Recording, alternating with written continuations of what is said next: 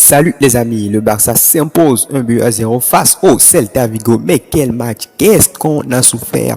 Qu'est-ce que le Barça a souffert? Fin de match vraiment très stressant. Historiquement, les matchs contre le Celta Vigo ont toujours été des matchs assez difficiles. Et aujourd'hui, on a vu ça. Avant d'aller au fond des choses, je souhaite mettre la lumière sur Stegen. Mais quel match!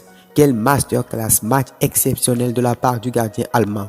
À lui tout seul, il a sauvé le Barça. À lui tout seul, il a ramené les 3 points. Durant le match, il y a des bonnes choses et des choses négatives. On va citer quelques-uns. J'ai trouvé que le Barça a été très naïf au niveau des transitions rapides parce que vers la fin du match, les joueurs de Celta sont sortis pour pouvoir égaliser. Le Barça avait des espaces et sur les transitions rapides, le Barça pêchait. Ils ont mal géré tous les contre-attaques. Presque tous les contre-attaques. Soit c'est le milieu qui tarde et donne la passe dans le mauvais timing, soit c'est Dembélé ou bien soit c'est un attaquant qui perd le ballon ou bien il y a beaucoup de déchets. Il y a beaucoup de déchets au niveau de l'avant-dernier geste, c'est-à-dire quelqu'un essaie de centrer et ça contre. Voilà, c'est des petits trucs à régler. Et il y a quelque chose que j'ai bien aimé dans ce match, c'est la combativité de Gavi. Vraiment, Gavi exceptionnel. Des fois, je me demande si ce joueur a vraiment 18 ans. Il est là à humilier ses grands-pères de 30 ans. Vraiment, c'est un cadeau, ce jeune Gavi.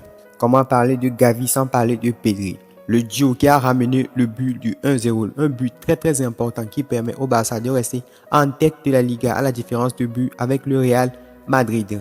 Maintenant, on va parler des tirs de loin. C'est un truc que j'ai remarqué aujourd'hui que les joueurs du Barça ont tenté leur chance de loin. Et c'est une bonne chose pour le match contre l'Inter parce que je pense que si le Barça avait tenté sa chance de loin contre l'Inter, ça pourrait donner un résultat différent. Bon, on va pas revenir là-dessus. Ce qui est passé est passé. On se concentre sur le futur. Le phénomène Ferran Torres, les amis, on en parle. J'ai même pas su que Ferran Torres a participé à ce match. C'est à la fin du match, j'ai revu la compo histoire d'avoir les idées claires.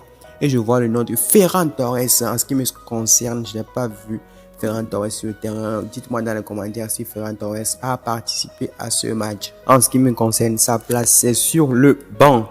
On va maintenant parler de la défense du Barça. La défense du Barça a été beaucoup sollicitée. Le duo Marcos Alonso et Piqué se sont gérés. Ils ont fait un assez bon match. C'est vrai, on a concédé beaucoup d'occasions. On a failli encaisser plusieurs fois, mais j'ai trouvé ce duo assez logique. Ce duo assez cohérent parce que c'est la première fois que les deux jouent ensemble. Et Piqué n'a pas beaucoup joué depuis le début de la saison. Marcos Alonso, son poste préférentiel, c'est plutôt latéral. Mais les deux ont essayé de faire une prestation digne de ce nom, c'est cohérent, malgré les occasions qu'on a concédées. Beaucoup de personnes ne seront pas d'accord, mais avec ce que moi j'ai vu, c'est ce que je pense. Je ne détiens pas la vérité. Alors si tu penses autrement, tu peux me le faire savoir dans les commentaires. On va essayer de débattre ça. Match solide de la part de Piqué et de Marcos Alonso, c'est prometteur pour la suite. S'ils arrivent à développer des automatismes, je pense que ça peut passer.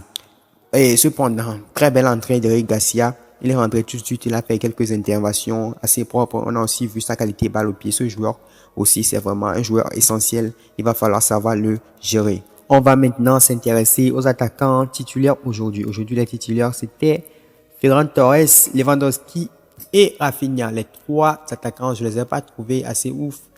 Je dirais même assez discrets parce que les 3 n'ont pas échangé beaucoup de ballons. Je sais pas c'est quoi le problème du système de Xavi maintenant avec l'animation offensive quoi. L'animation offensive, il y a un petit souci. Je trouve que les joueurs sont un petit peu trop éloignés les uns des autres. Bien, je sais pas.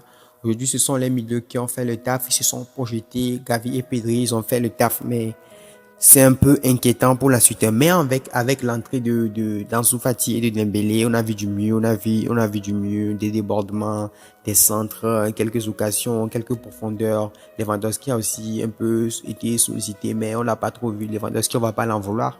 Le mec a déjà planté plus de 10 buts, donc on va pas l'en vouloir. On va voir ce que ça va donner contre l'Inter parce que en Liga, le Barça fait un très bon début de saison parce qu'on a encaissé qu'un seul but ce match contre la Real Sociedad. Que le Barça a encaissé un but largement évitable avec beaucoup de chances que Alexander Isak a marqué ce but.